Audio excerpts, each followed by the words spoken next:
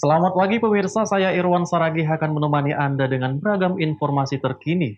Di antaranya, kesaksian sejumlah kadis dalam sidang kasus suap Julmi Eldin. Pengusaha I.O. banting setir jadi penjual sayur online. Pemkab Simalungun bagikan 320.000 masker gratis. Selain cuplikan berita tadi, kami juga akan menghadirkan beragam informasi lainnya. Pemirsa, kita jelang sumut hari ini pagi selengkapnya.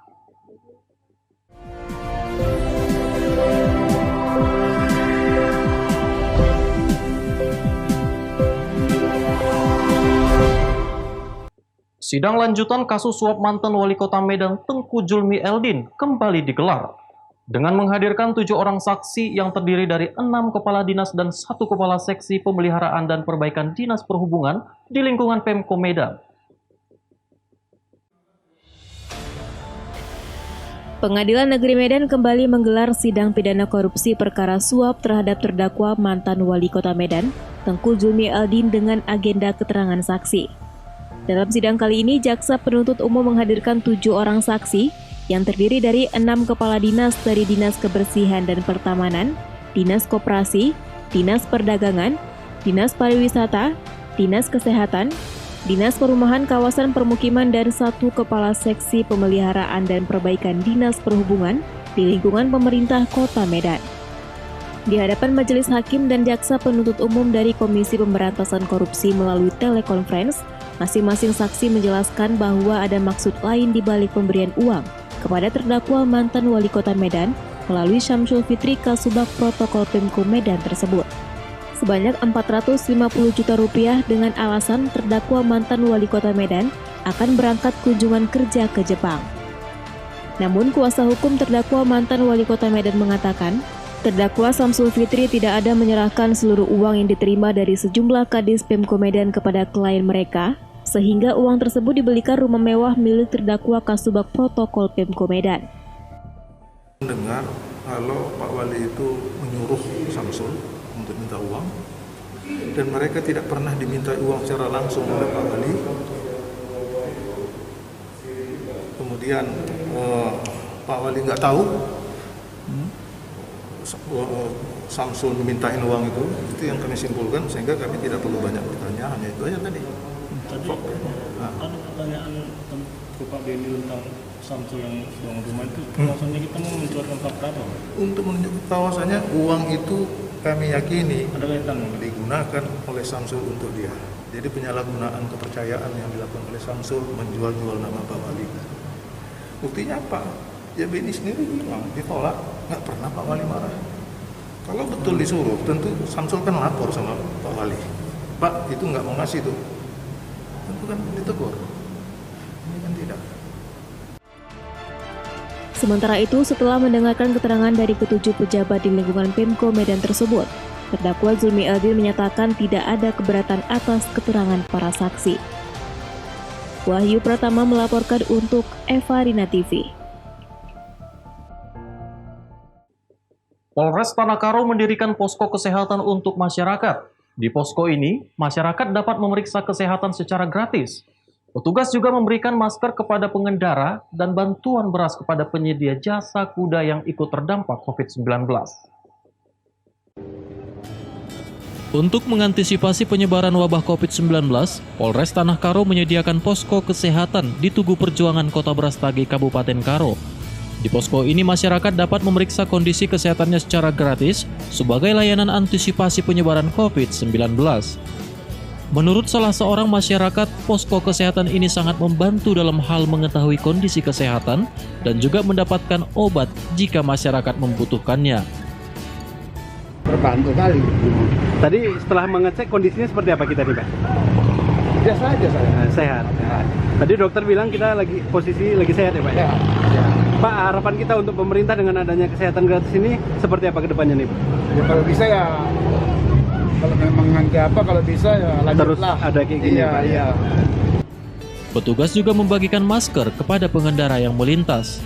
Selain itu, juga memberikan bantuan sembako kepada penyedia jasa penyewaan kuda yang juga terdampak COVID-19. Menurut Kapolres Tanah Karo, kegiatan ini dilakukan sebagai bentuk pelayanan kepada masyarakat yang terdampak COVID-19 dan meminta kepada masyarakat untuk tetap tenang dan tidak panik. Memang itu adalah bentuk pelayanan kita kepada masyarakat. Kita memiliki fasilitas-fasilitas kesehatan dan juga beberapa perlengkapan medis yang bisa kita gunakan untuk membantu masyarakat. Mari kita bersama-sama bersatu, kita patuhi aturan dari pemerintah tentang PSBB sehingga rantai COVID-19 bisa putus dan masyarakat kembali hidup seperti sedia kala. Dalam himbauannya, masyarakat diharapkan dapat menerapkan physical distancing, selalu menjaga kebersihan dan kesehatan, selalu mencuci tangan dan memakai masker baik di dalam maupun di luar rumah untuk memutus mata rantai penyebaran COVID-19. Chandra Bukit melaporkan untuk Evarina TV. Mengantisipasi penyebaran COVID-19 dari warga pendatang atau para perantau dan TKI, pemerintah Kabupaten Simalungun melalui tim gugus tugas percepatan penanganan COVID-19 telah menyiapkan tempat isolasi mandiri yang berlokasi di lahan aset pemerintah daerah di Batu 20, Kecamatan Panombean Paneh.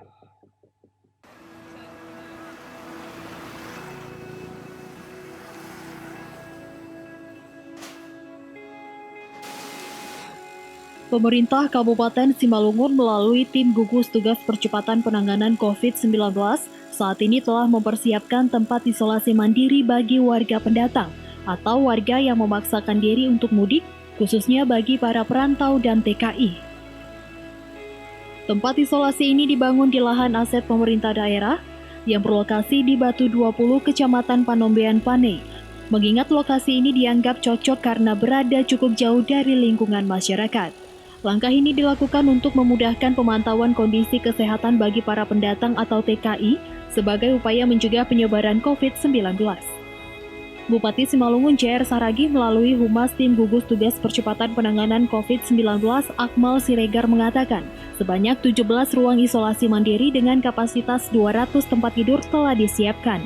Dalam hal ini, pemerintah Kabupaten Simalungun mengharapkan dukungan penuh dari masyarakat dalam mencegah penyebaran COVID-19, salah satunya dengan melapor atas kesadaran sendiri jika masuk ke Simalungun dari suatu daerah atau negara yang sedang dilanda pandemi virus corona. Dapat kami sampaikan terkait penyiapan sarana isolasi yang telah disiapkan oleh pemerintah daerah, tepatnya di Batu 20.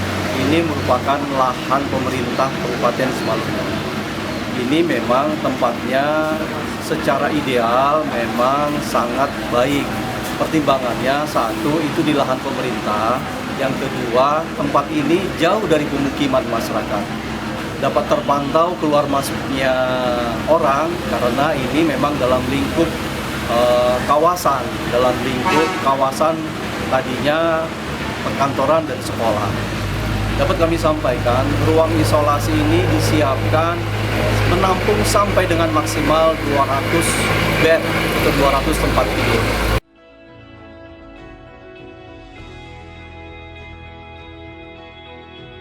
Pemerintah daerah juga meminta kepala desa atau pangulu, lurah maupun kepala dusun untuk ikut memantau dan melaporkan pendatang baru di wilayahnya, sehingga memudahkan pemerintah dalam penanganannya. Dosi Semarmata melaporkan untuk Evarina TV. Dampak COVID-19, pengusaha I.O. banting setir jadi penjual sayur online. Beritanya akan hadir sesaat lagi.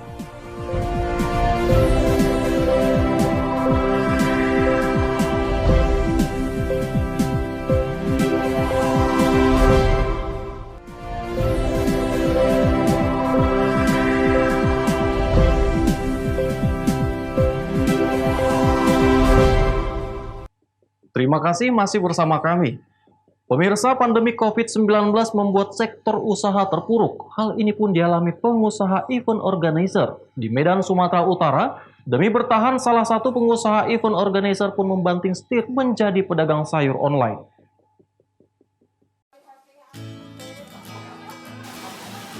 Dampak dari virus corona membuat pengusaha event organizer di Medan ini harus banting setir. Tak mau terpuruk, pemilik event organizer di Medan langsung melirik momen di rumah saja. Banyaknya masyarakat yang enggan keluar rumah karena takut terjangkit virus corona dan adanya himbauan pemerintah membuat Henny Pandiangan langsung merubah bisnis eventnya menjadi bisnis berdagang online sayur. Dengan menggunakan aplikasi media sosial seperti Instagram dan Facebook, Henny dan seluruh timnya mengemas pesanan bahan pokok yang diterima masyarakat. Selain dagangannya yang masih segar karena langsung diambil dari petani, harga bahan pokok yang dijual tergolong murah dan lengkap. Pesanan pun diantar tanpa ongkos kirim. Hasilnya, baru sepekan beralih fungsi dari event organizer ke dagangan bahan pokok online, Henny sudah memiliki konsumen tetap hingga 1.000 orang. Jadi ini usahanya sebenarnya adalah asal muasalnya ingin membangun sebuah toko online. Tapi kita sesuai dengan pandemik sekarang ya, saya sebagai ibu-ibu juga suka takut ke pasar. Kalau udah ke pasar pakai sarung tangan lah segala macam. Jadi kita jual secara online dan berangkat dari memang ada hubungan dengan beberapa teman-teman petani yang kesulitan untuk menjual barangnya. Nah ini baru seminggu saja Bang, baru sejak minggu lalu dan perkembangannya luar biasa. Dalam waktu seminggu kita ada follower organik itu sampai 1.000 lebih dan juga customer lebih dari 160-an.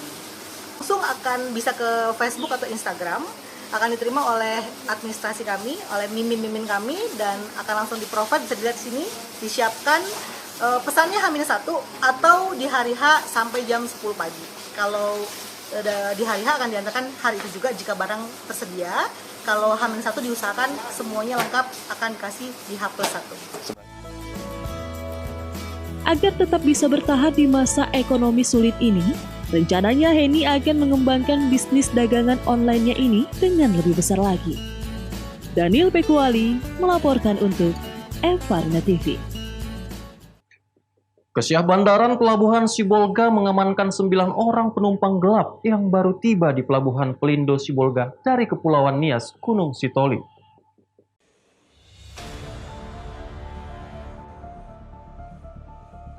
Sembilan orang tersebut diketahui sebagai penumpang gelap setelah pihak pelabuhan melakukan pemeriksaan terhadap kapal Wiraglory yang baru tiba di Sibolga. Pasalnya, sejak 24 April 2020, otoritas pelabuhan telah menghentikan operasional pengangkutan orang di masa pandemi COVID-19. Sebagian penumpang gelap mengaku sebagai kernet dari angkutan ekspedisi. Namun setelah dilakukan pemeriksaan, mereka tidak dapat menunjukkan dokumen perjalanan. Kepala Kesyah Bandaran Otoritas Pelabuhan Sibolga Agustia Waruwu menyampaikan, terhadap ke-9 orang tersebut dilakukan penindakan dengan membuat surat pernyataan bermaterai. Kapal Wira Ononiha dengan Wira Prime. Diamankan dari dalam truk atau dari penumpang kapal? Mereka penumpang kapal, tetapi waktu mau keluar, mereka menumpang di atas truk seakan-akan mereka kernet. Sementara tidak. Berapa jumlah mereka semua, Bu? Ada tadi 9 orang. 9 orang. Sementara itu, General Manager Kapal Angkut Wirajaya Logitama menyatakan bahwa pihaknya tidak mengetahui 9 orang tersebut sebagai penumpang, namun pengakuan sebagai kernet angkutan ekspedisi. Jadi WJL sendiri, pelaku pengelola kapal tidak tahu mengetahui keberadaan mereka sudah naik di atas kapal gitu, Bang? Tidak. Pokoknya petugas kita yang ada di pintu ramdor, mereka tahu ini adalah kernet dari supir A. Pengakuan begitu. Jadi ya, kita begini, sampai detik ini, sampai kapal berlayar, kita tidak tahu mereka adalah penumpang. Baharudin Simanulang melaporkan untuk Di sela-sela kesibukan sebagai PLT Wali Kota, Ahyar Nasution menyempatkan diri berbagi pengalaman kepada masyarakat cara menjahit masker untuk dapat digunakan sebagai APD di tengah pandemi corona. Video PLT Wali Kota Medan Ahyar Nasution menjahit masker untuk dirinya dan keluarga viral di media sosial. Dalam video tersebut, Ahyar menjelaskan kepada warga teknik menjahit masker dengan menggunakan bahan sederhana dan gampang diperoleh. Menurutnya, menjahit sudah lama ditekuninya dan mendapat ilmu menjahit dari kedua orang tuanya. Di wilayah Kota Medan, siapapun dia tidak menggunakan masker, dia tidak boleh keluar dari rumahnya. Itu dia. Instruksi. Berarti wajib nih Pak ya? Wajib semuanya pakai masker. Tidak ada alasan. Sebelumnya, video Ahyar Nasution marah kepada para pedagang yang tidak mengenakan masker saat pemerintah mewajibkan warga menggunakan masker di rumah selama pandemi virus corona. Maka dari itu, ia mengajak warganya yang memiliki kemampuan menjahit agar membuat masker untuk dipakai dalam keperluan sehari-hari. Wahyu Pratama melaporkan untuk Evarina TV. Pemirsa, Sumut hari ini akan kembali dengan informasi menarik lainnya. Tetaplah bersama kami.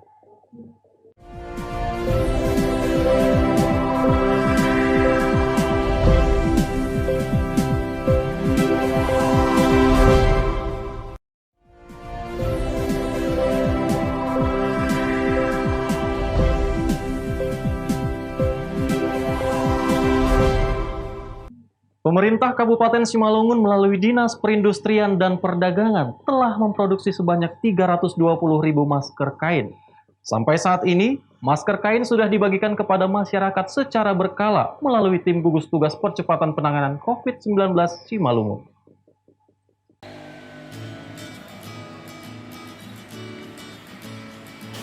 Menindaklanjuti aturan pemerintah pusat agar masyarakat menggunakan masker saat keluar rumah untuk mencegah penularan COVID-19, Pemkab Simalungun melalui Dinas Perindustrian dan Perdagangan telah memproduksi sebanyak 323 masker kain yang sudah dibagikan secara berkala melalui tim gugus tugas percepatan penanganan COVID-19 Simalungun.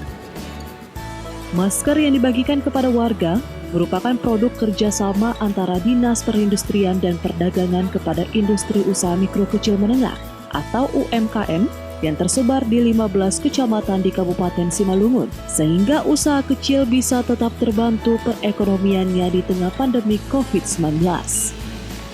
Pembagian masker ini dibagikan oleh tim gugus ke-32 kecamatan di Simalungun melalui kepala lingkungan di setiap kecamatan, agar tepat sasaran melalui pengawasan camat.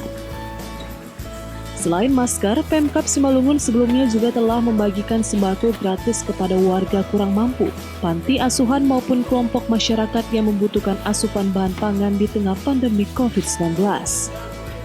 Dengan harapan upaya yang dilakukan pemerintah dapat bermanfaat mengurangi beban masyarakat di tengah pandemi COVID-19, sekaligus meminimalisir penyebarannya di lingkungan masyarakat.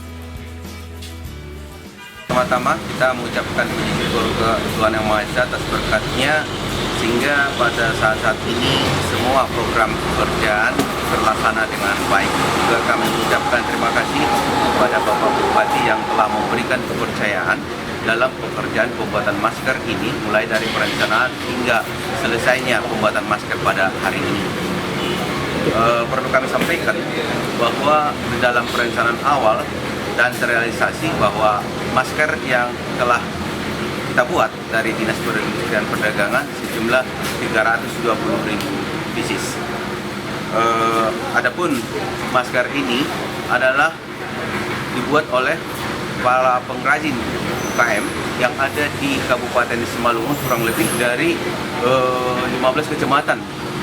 Kami rekrut pengrajin-pengrajin itu untuk pembuatan masker ini. Dosi Simarmata melaporkan untuk Evarina TV. Pemberian bantuan sembako dari pemerintah kepada warga kurang mampu untuk menghadapi wabah virus COVID-19 dikeluhkan masyarakat Deli Serdang. Puluhan warga miskin termasuk kaum duafa tidak mendapatkan bantuan paket sembako yang disalurkan melalui kepala lingkungan.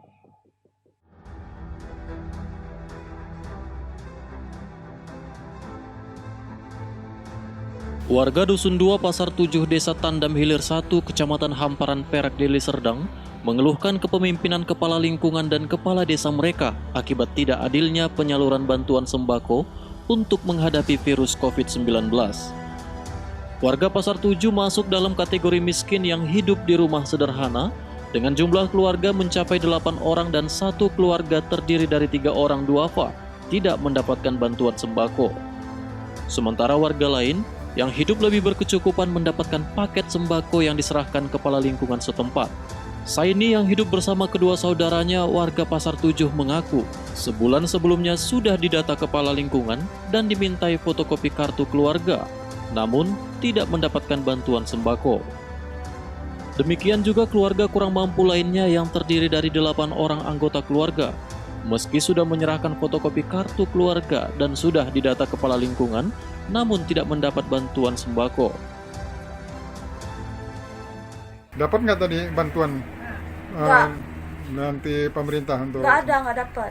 Kenapa nggak dapat? Tapi kondisi begini. Nggak tahu Pak, kami disuruh kumpul kakak, udah dikasih tapi nggak dapat sama sekali. Udah didata ya? Udah. Menurut tokoh masyarakat setempat, lingkungan 7 Dusun 2 Desa Tandam Hilir 1 terdiri dari lebih 250 kepala keluarga. Namun, hanya sekitar 40 kepala keluarga yang menerima bantuan, padahal banyak warga yang layak belum mendapat bantuan. Rasa pembagian ini ada yang janggal, Pak. Karena mereka berpanduan katanya dengan kuota, sedangkan semua di sini masyarakat sudah dikumpuli kakak. Dan kami merasa kami kayak ada pembodohan di sini, dalam arti kami merasa pembagian ini kayak kami orang Pasar 7 ini dianak bawangkan. Warga berharap pemerintah Kecamatan Hamparan Perak mengawasi ketat pemberian paket sembako karena pembagian sembako tidak tepat sasaran dan tidak mencerminkan keadilan. Wahyu Pratama melaporkan untuk Evarina TV. Pemirsa, informasi tadi sekaligus mengakhiri pertemuan kita dalam Sumut hari ini pagi. Saya Irwan Saragi mewakili kerabat kerja yang bertugas pamit undur diri dari hadapan Anda. Terima kasih atas kebersamaannya dan sampai jumpa.